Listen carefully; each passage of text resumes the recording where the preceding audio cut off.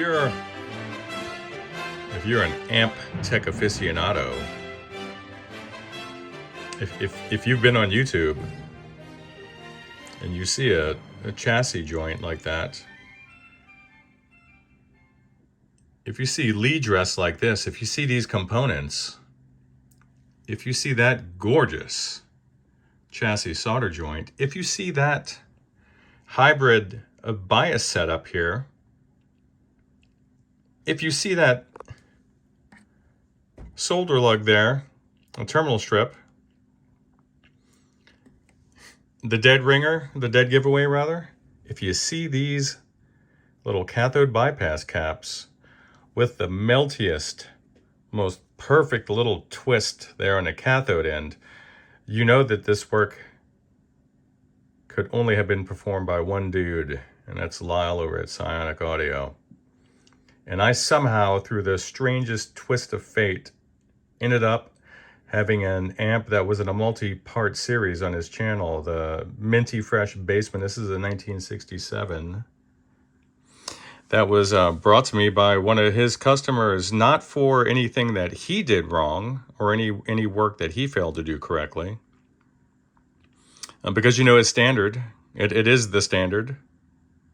Not for any of that stuff. The guy just happened to swim by and saw a video of mine regarding some mods on these old Bassmen or a Showman.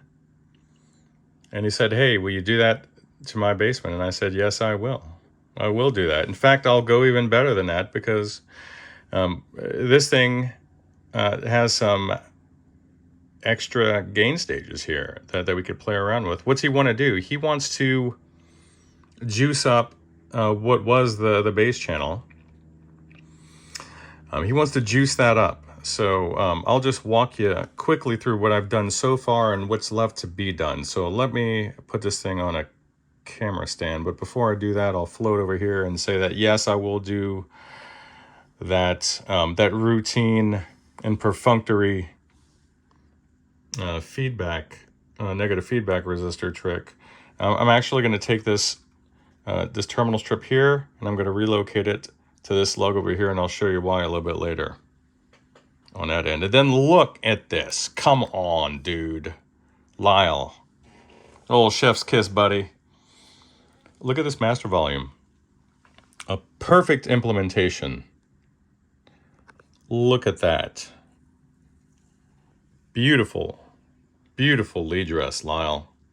Flawless solder joints, dude.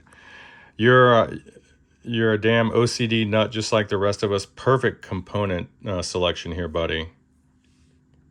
Beautiful work. Everything is symmetrical. And I love how you bended the leads here. And then the way you do the little twist there in the cathode end, it just melts into that single wire. It's beautiful. Damn it, Lyle. Now my damn solder joints are going to be next to yours. Well, I'm not going to show my end of the board. All right, this is no Spielberg operation here. So let me get in there, and I'll just, Scott, this is your amp. I'm going to walk you through what was done so far. It's really hard to see. So, forgive me, maybe I could sweep that down a little bit. I have some cleanup to do, and some of this is just for testing purposes. Because I haven't done this before. Now, I was studying the schematic, and I wanted to do something a little bit different. You know, everybody just says, oh, throw the Marshall values in there, do the tone stack. But when you're not doing the phase inverter, and you're not driving the tone stack a certain way, it's sort of a half-ass, pardon the vernacular, a half-ass attempt to get something that can't be. If you're gonna, I mean, unless you want to compromise on the untouched channel, and then why do that? Because to be completely honest with you, both channels of this, Lyle, the way you had it set up is beautiful for guitar. I like the way you said you detubed it, and that's pretty much what you did.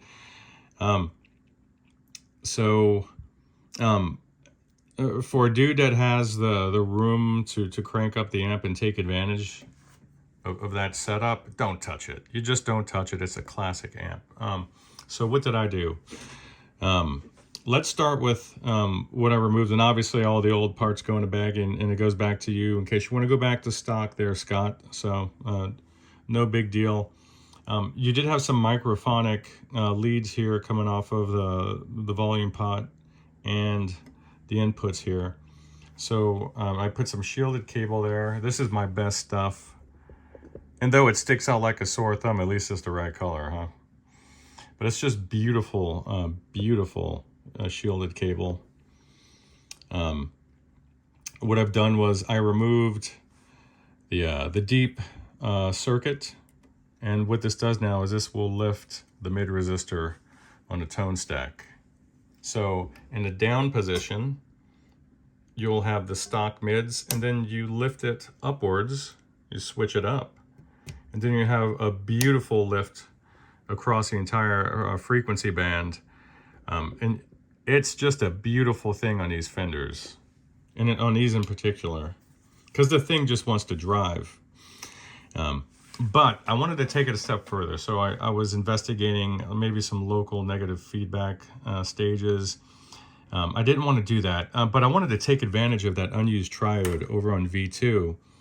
So instead of just creating another gain stage, what I did was I just put them in parallel with the first.